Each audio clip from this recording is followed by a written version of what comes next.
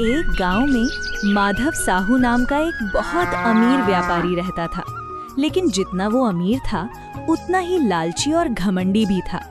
माधव साहू गांव के गरीब किसानों को पैसे उधार देता था और फिर उनसे ऐसी ऐसी शर्तें रखता था कि आखिर में उनकी जमीन और फसल उसी के पास चली जाती थी। पूरा गांव उससे डरता था। एक दिन माधव साहू अपने नौकर भोला के साथ बैठा था। देखो भोला, ये किसान लोग बड़े अजीब होते हैं।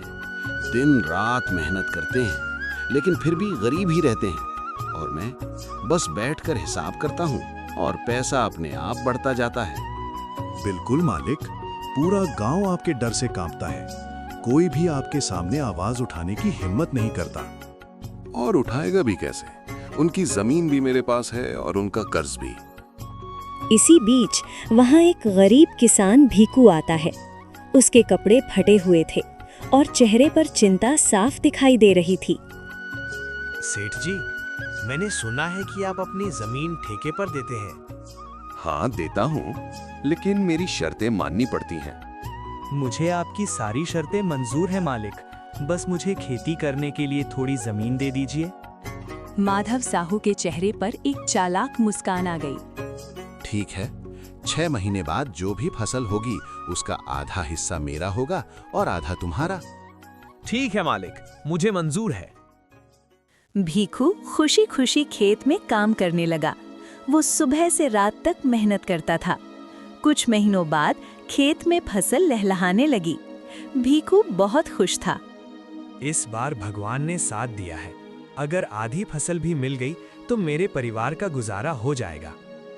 लेकिन जब माधव साहू खेत पर आया तो उसने अपनी चालाकी दिखा दी।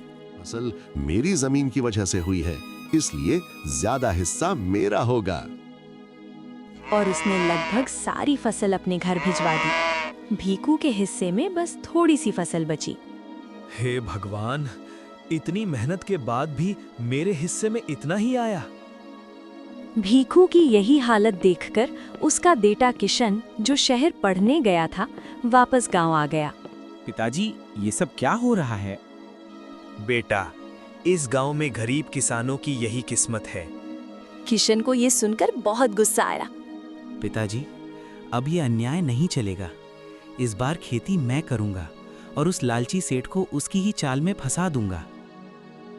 अगले ही दिन किशन सीधे माधव साहू के घर पहुंच गया। सेठ जी, पिताजी अब बूढ़े हो गए हैं। इस बार खेती मैं करूंगा। मुझे ठेके पर कुछ जमीन चाहिए। तू खेती करेगा?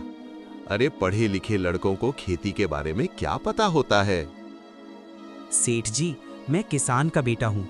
खेती करना मेरे खून में है। माधव साहू के मन में फिर एक चालाकी आ गई।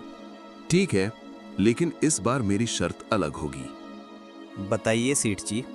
जो भी फसल होगी उसका आधा हिस्सा तुम्हारा और आधा मेरा, लेकिन फसल का ऊपर का हिस्सा मेरा होगा और नीचे का हिस्सा तुम्हारा।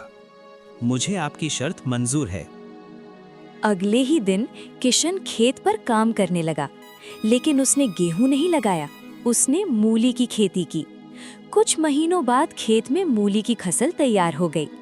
इस बार देखते हैं सेठ जी क्या करते हैं।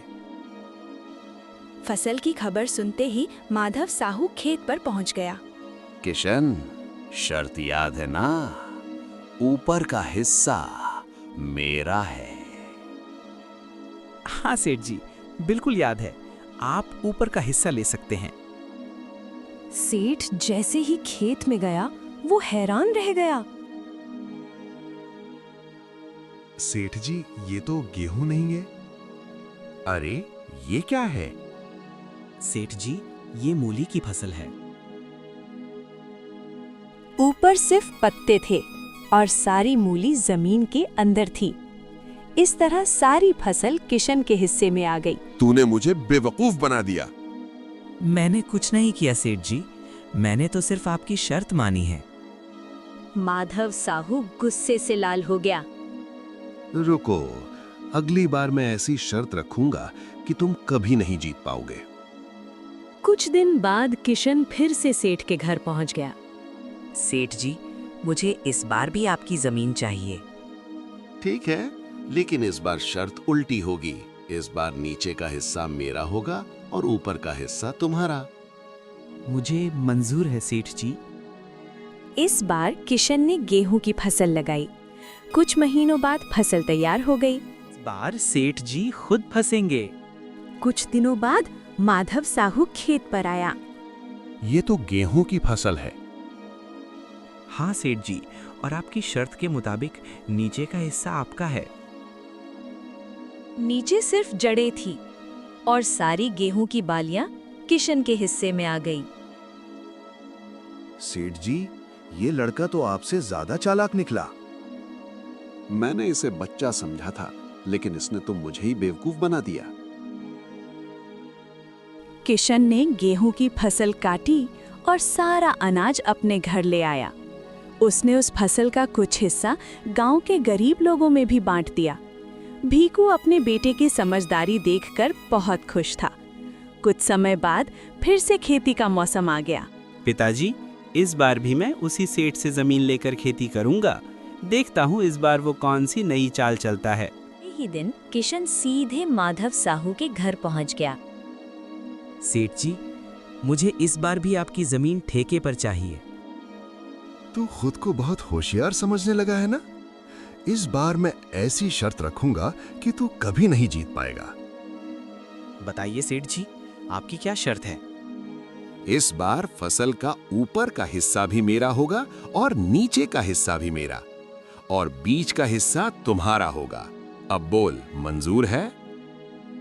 मुझे आपकी शर्त मंजूर है सेठ जी। किशन वहां से घर लौट आया और खेती की तैयारी करने लगा। इस बार उसने गन्ने की खेती करने का फैसला किया। कुछ महीनों बाद खेत में गन्ने की फसल तैयार हो गई। बेटा, इस बार खेत में क्या लगाया है?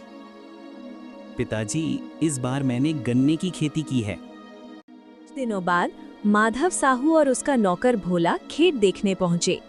सेठ जी, इस बार तो आपने बहुत बढ़िया शर्त रखी है। ऊपर भी आपका, नीचे भी आपका। हाँ, इस बार वो लड़का कहीं नहीं बच पाएगा। कुछ दिनों बाद माधव साहू और उसका नौकर भोला खेत देखने पहुंचे। सेठ जी, जरा देखिए।